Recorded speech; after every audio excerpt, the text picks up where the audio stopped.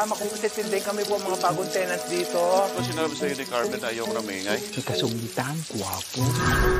Huwag mo nang kulitin. Baka mainis yun, mawalan pa tayo ng tirahan. Hello, Mr. Kwon. The shipment will arrive tomorrow. Also, my heir and I are on our way to Manila. I expect all Montenegros to be there. I'm eager to meet your grandson. Inaasahan ka ngayon ng lolo mo at sa papa mo. Hindi ba may malaking transaksyon na magaganap bukas? Haharangin natin bukas yung transaksyon. Kinakailangan makuha natin ang droga. Kasama ba ang mga gerero dyan? Oo, boss. Malaki tong babanggain natin. May ayusin tayo shipment. Ito ay para sa mga Montenegro. Drugs na naman yan. Alam nyo naman na mainit ang NADCOM sa pier. Kailangan gumawa tayo ng paraan para masira si Miguelito sa mata ng mga botante. Meron tayong kontak sa NADCOM, di ba? Hindi magtatagal, ako na lang ang kaisa-isang matitirang matinong gerero. Ibig sabihin, tatablahin mo ang pamilya mo. Makakabangga mo ang ama mo. Nanggaling ako sa hirap at alam kong dahilan kung bakit nasisira ang pamilya nang dahil sa mga drogang yan. Kaya hindi na ako papayag pa na kumalat pa yan sa Maynila. Wala akong pakialam kung ito ang maging dahilan para maglaban kami ulit. Mayora, natimbrihan ko na yung kaibigan nating taga-NADCOM. Good. Ngayon sigurado na tayo na ang tamang tao ang masisira sa pagpasok ng droga from East Asia. Mom? What's that about? Kanina ka pa ba dyan? Hindi, karating ko lang. What was that you were talking about? Something about drugs from the East? Just, we got an intel report and we're checking into it. Drugs from East Asia. That's new. New? Bakit ka interesado? Don't tell me gumagamit ka. No, Mom, of course not. Narinig lang kitang may kausap, so na-curious na ako. It's nothing. Inigo, don't ever let me catch you doing drugs. Hindi kita mapapatawad.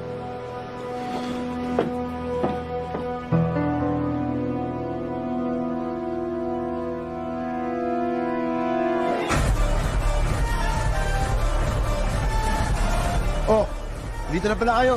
Pre, Kailan pa kami nandito? Siya nga pala, pinsan mo, napaaway na naman. Takaw ko na talaga yun. Sanay na kami. Kamusta? Nakabenta kayo? Sinabihan ko yung mga bouncer, huwag kayong guluhin. Oo, nakabenta na kami. Kota na kami. Ikaw, kukuha ka ba? Hindi na muna. May nabalitaan ako. Interesado ako dun sa good item na papasok galing East Asia. Galing East Asia? Ngayon lang namin narinig yan. Ano pa mga nalalaman mo dyan? Nagtanong-tanong ako sa mga kakilala ko. Pero iba daw yung tama nun sa Red Chaser nyo. Purong-puro. Alamin mo naman kung paano tayo makakascore nun. Sige, Nico, akong bahala sa'yo. Babalitaan kita agad kapag may nalaman ako tungkol dyan. O, sige. Akit lang muna ako, ha. Tuloy niyo lang yan. Tara.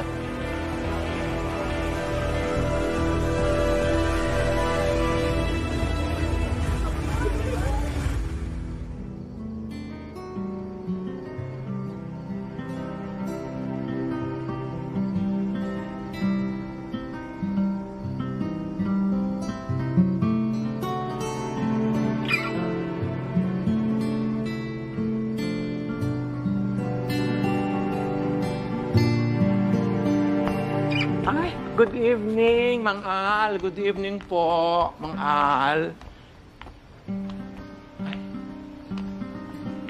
Tayo na, Rota. Ha?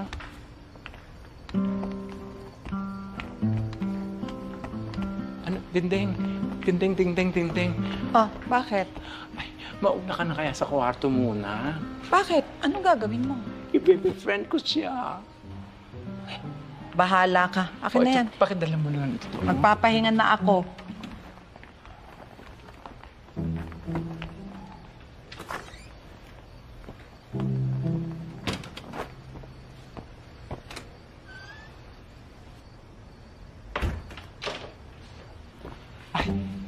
Ay, mahilig pala kayong magkalikot ng gitara. Ako, mahilig po akong haranahin. Ay, Dedma. Tinid ba ang beauty ko? Ay, ang gitara. Diyos ko, ang gitara. Wow, di ba? Kompositor na siya. Guwapo pa. Suplado pa. Lahat na lang check na lang ako lahat. Check, di ba? Hoy! Ay, ay. Bakit mo hawak yan? Bakit mo Pinapakilaman ng gitara ko? Sandali. Bibigyan ko pa sa inyo. Ingat na ingat ako dito eh. Tapos papakilaman mo. Kuya! Pasensya na po. Sandali, ano bang nangyari? Eh, ito eh. Pinapakilaman ng gitara ko. Ba't mo naman pinakialaman yung gitara ng kuya ko? Na-curious lang ako kaya ko hinawakan. Ano nga curious? Umupa kayo rito para may matulugan kayo. Hindi para pakialaman ang gamit ng kuya ko. Diyos ko naman. Buisit. Oh.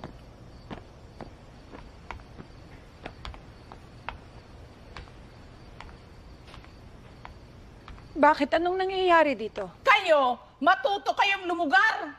Kabago-bago nyo rito eh. Ginagalit nyo ng kuya ko. Doon kayo sa kwarto nyo. Nakakaloka ka? Diyos ko dahil kung palayasin mo ka mo, akala mo kung sino ka, para gitara lang. Para gitara? Hindi ka bumili ng gitara mo? Ako, alam mo, Tinding, inisip ko kasalanan ko din naman talaga eh.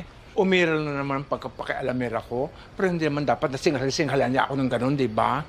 Roda, wala siyang karapatang pagtaasan ka ng boses at away-awayin kahit na anong ginawa mo. Iniisip ko nga kung kakaibaganin ko pa yung voice sungit na yan. Pero alam mo, Tinding, nasa challenge din ako eh.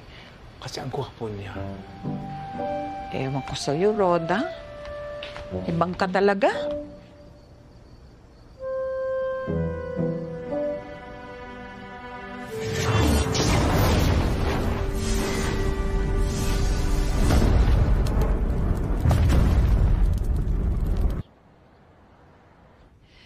Seryoso ba talaga si Tanggol sa napag-usapan natin kagabi? Tataluhin natin ang sarili niyang pamilya. Hindi nga ako sang-ayon dun eh. Baka mamaya, yan pa ang pag-ugatan para mag-away ulit sila ng tatay niya. Sigurado ako, hindi niya basta-basta gagawin yan. Kung alam niya tataglit tayo. Basta ako sigurado ako. Alam ng Tanggol ko ano iniisip niya. Hindi ba masyadong delikado? Malaking tao ang mga Montenegro. Ilan lang tayo, kakayanin ba natin yun? Basta kung anong sinabi ni Tanggol, sundin na lang natin. Hindi naman gumagawa yan ng mga bagay na ikapapahamak natin. Sigurado ako na pag-isipan niyang mabuti yan at napagplanuhan. At sigurado hindi yan sasablay at makapahamak ng mga kaibigan niya. Tama yun. Basta kung nasa sa Tanggol, doon tayo. Tiwala ako kay Tanggol. Subok na natin siya. Alam kong delikado tong gagawin natin. Dahil hindi basta-bastang grupo yung mga Montenegro. Pero alam na ni Tanggol ang diskarte dyan. Alam ko lang, ayaw niya talagang kumalat ang droga sa buong kamay nilaan. Pero boss, paano yung mga droga? Alam na ni Tanggol ang gagawin doon.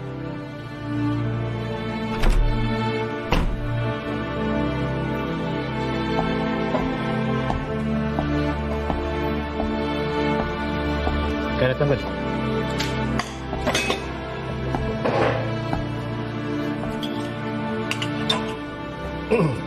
Tanggol, talaga bang tataluhin natin ng tatay mo at ang lolo mo?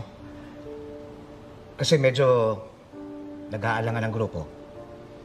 Pero, kung yun ang desisyon mo, naiintindihan namin at susunod kami.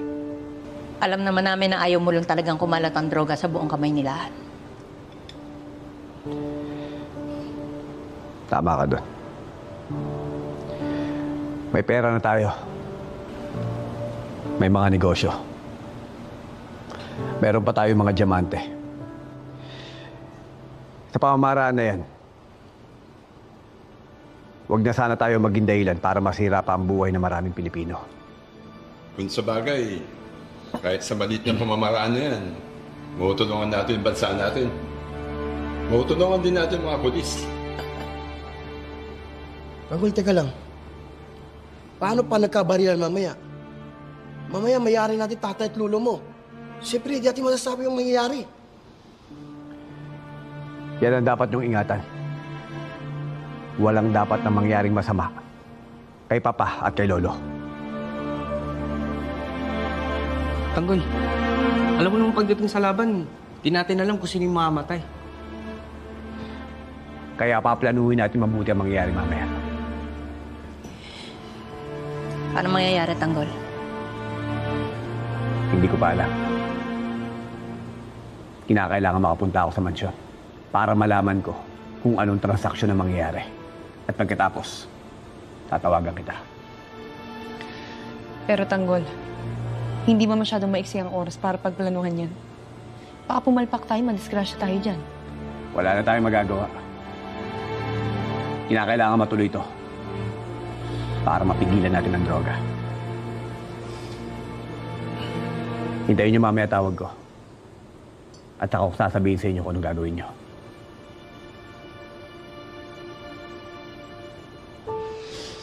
Maganda yung naisip mo, Tanggol. Hindi aakalain ng mga pamilya Guerrero na tayo rin ang tumira sa mga business partners si Congressman Miguelito. Dahil pati kayong mga Montenegro, binira, biniktima. Dahil dyan, walang kahit sinong mag-iisip na ikaw ang nagpaplano ng lahat ng ito. Pero, hindi ganun kadali yan. Dahil pagkatapos ng lahat ng ito, sigurado hahantingin tayo ng mga yan para mabawi yung pera at mga droga na nakuha natin. Pagkatapos ng araw na to, paglalaylo muna tayo. Magpapalamig. Kinakailangan natin linisin ang lahat ng bakas para hindi tayo mahanap. Aralin nyo ang lahat ng mga dadaanan nyo. Tignan nyo ang lahat ng mga CCTV. Lalo na ang lugar ng transaksyon. Kami na bahala dyan, Tanggol. Aalis muna ako. Pupunta ako ng mansyon. Sasabihin ko kila Papa na sasama ako sa kanila. Sige na, Tanggol. Para hindi ka nila mahalata. Hintayin nyo ang tawag ko. Ako ang magbibigay ng hudyat kung kailan kayo lumusong.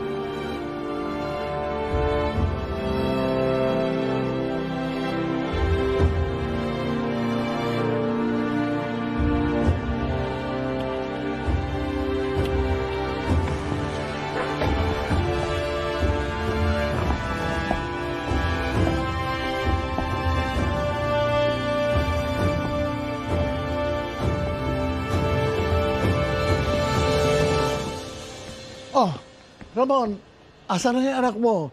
Anong oras na? Baka mukhang di siya dadating. Tayo na lang kumausap kay Mr. Kwon. Hindi pwede. Si Tanggol ang tanging tagapagmana natin. Kailangan makakilala siya ng mga Kwon. Kung hindi siya harap sa mga Kwon, anong isipin nila tungkol kay Tanggol? Baka makarating pa yan sa ibang kaalyado natin. Papa is old enough to decide for himself. Kausapin mo yung anak mo, ha? Ayusin mo yung problema ninyo. Tawagan mo siya. Papuntahin mo dito ngayon din. Ramon, Ninong, parating na mga Kwan.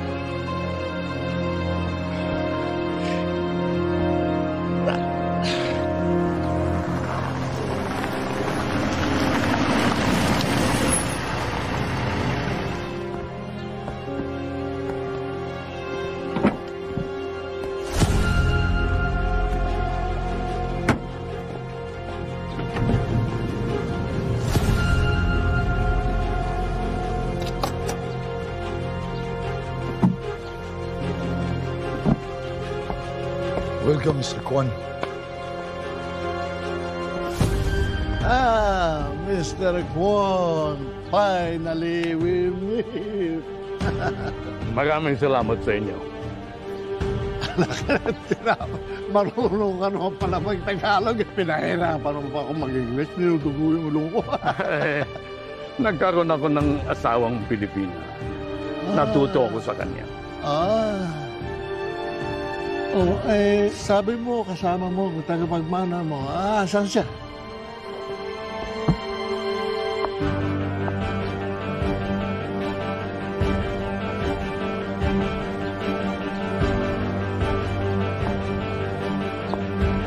This is my heir and granddaughter, Veronica. She's been under my care since her parents passed away. Hello, Don Julio. And Sir Ramon. Yeah. It's my pleasure to meet the leaders of the most powerful syndicate in the country. Hello. Nagmana sa'yo ako mo. Magaling mambola. She's just being honest. Eh kayo, nasaan ang tagapagmana ninyo? Darating na siya, Mr. Kwon. Meron lang siyang inaasikaso. Malapit na dumating. Let's go!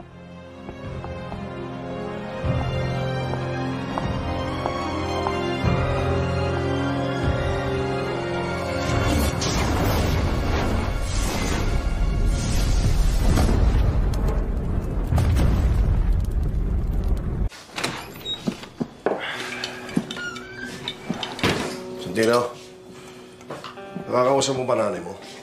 May balita ka ba sa kanya? Hindi po, tay. Subukan ko pong tawagan, tay.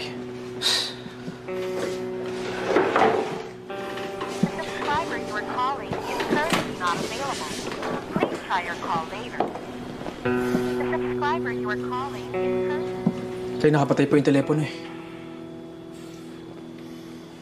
Santino, masaya na siya doon. Magkapakasasa na siya sa yaman ng mga Montenegro. Pero tayo ang pamilya niya. Pamilya niya lang tayo sa papel. Si Ramon at Tanggol ang pinili niya.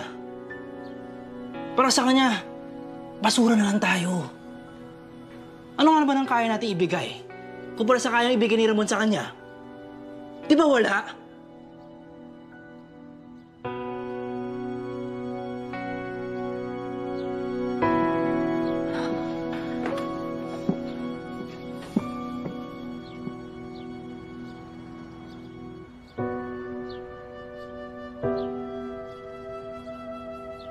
This way, Mr. Kwon.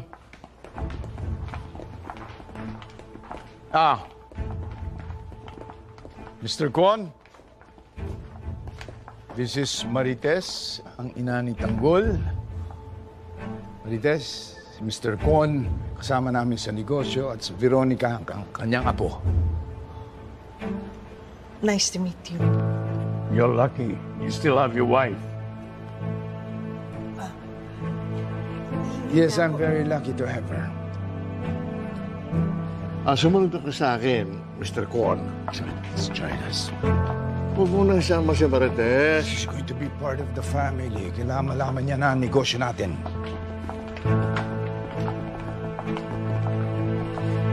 Iba talagang mag-isip si Tanggol. Ngayon lang ako naka-enkwentro ng taong ganyang kabuo ang loob. Biruin mo, pati sarili niyang pamilya babanggain niya. Sabagay may punto naman siya. Talagang hindi niya mapipigilan ng pagkalat ng droga sa bansa. Pero tayo mismo kung kikilos, may magagawa tayo. At bukod doon, kikita pa tayo.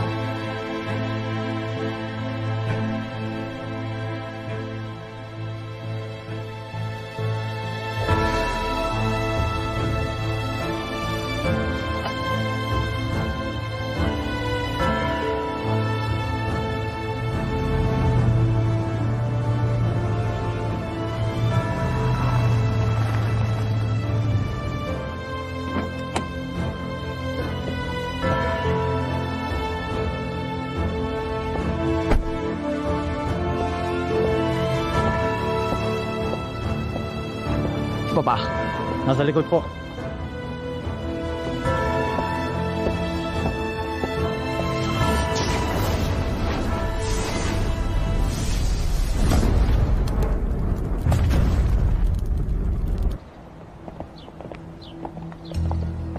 Mr. Kwon, take the seat. Sit down. Ano ka? Please. Ngayon, Mr. Kwon, simulan na natin. Pwede ba namin makita ang mga items? Hindi ba natin hihintayin ang inyong tagapagmana? Ramon, nasa na nga ba si Tanggol? Oh, eto na pala. Lo.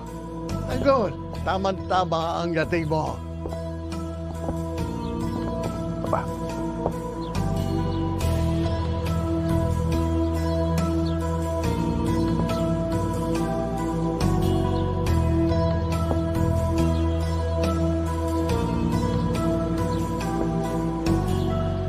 Mr. Con, gusto kong ipakilala sa iyo ang aking tagapagmana, si Jesus Nazareno Montenegro.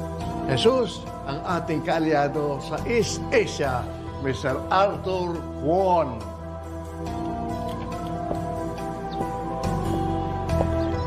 Nagagala ko po kayo makilala, Mr. Kwon.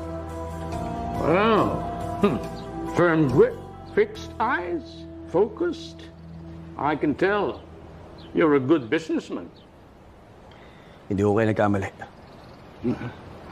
Oh, my granddaughter, Veronica.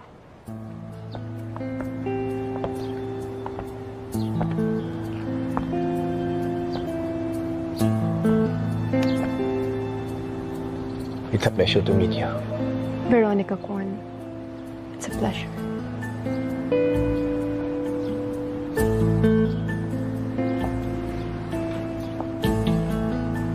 Well, now that our families have met, let's get down to business.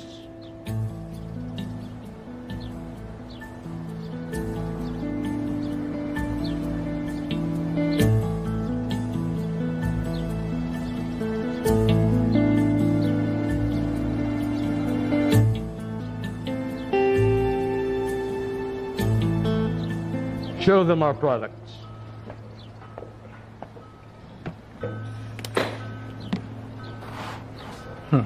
Don Julio, I present to you the best drugs that your money can buy.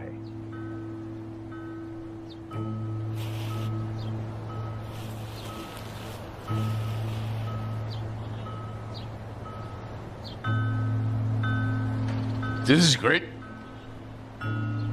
Mas maganda kaysa sa produkto namin. Of course. Ito ang nangunguna ngayon sa buong East Asia. One take, and you'll be light as a feather. Swerte kayo at piling-pili ang kliyente namin. Maswerte din kayo, Mr. Kong. Sa lawak na aming impluensya at kapangyarihan, mabilis naming may bebenta ang produkto mo. At darating na rin mamaya ang 300 worth million of drugs.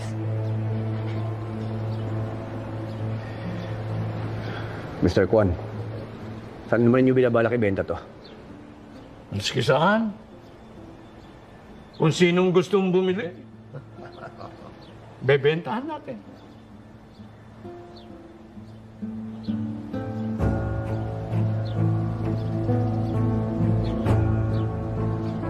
Right then. We have a deal? Mr. Kwon! Mr. Kwon. Veronica. Siya pala, meron kaming inihandang salo-salo. Come join us. Ipagdiwang natin ang ating bagong samahan. Come!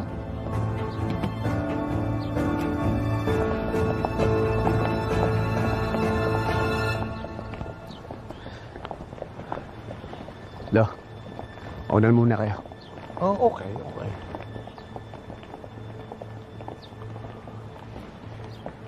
Pa, bakit niyo pa sinama si nanay dito? Pinakilala niyo pa sa mga kanegosyo niyo. She's part of the family now. Kailangan niya malaman ang negosyo natin. Hindi niyo na inisip ang kapakanan niya. Delikado ang buhay niya dito. Don't forget your place. Ako pa rin ang ulo ng pamamahay at ang pamilyang ito. Ako pa rin masusunod. She stays. Wala ka na magagawa doon. Okay? Tapusin muna natin ang transaksyon. Mamaya na natin pag-usapan ito. Let's go.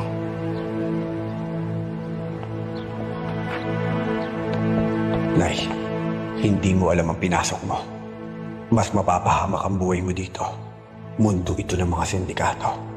Maiipit ka sa isang sitwasyon na hindi mo gusto. Kinakailangan na maialis kita dito para magiligtas ka. Gagawa ako ng paraan para maitama ang maling plano ni Papa.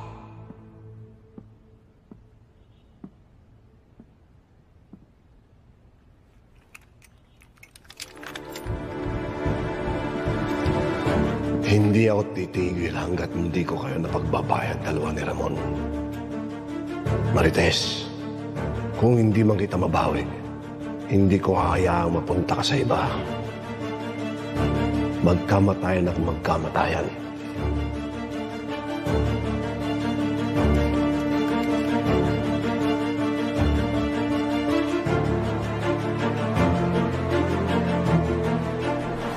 Mukhang mas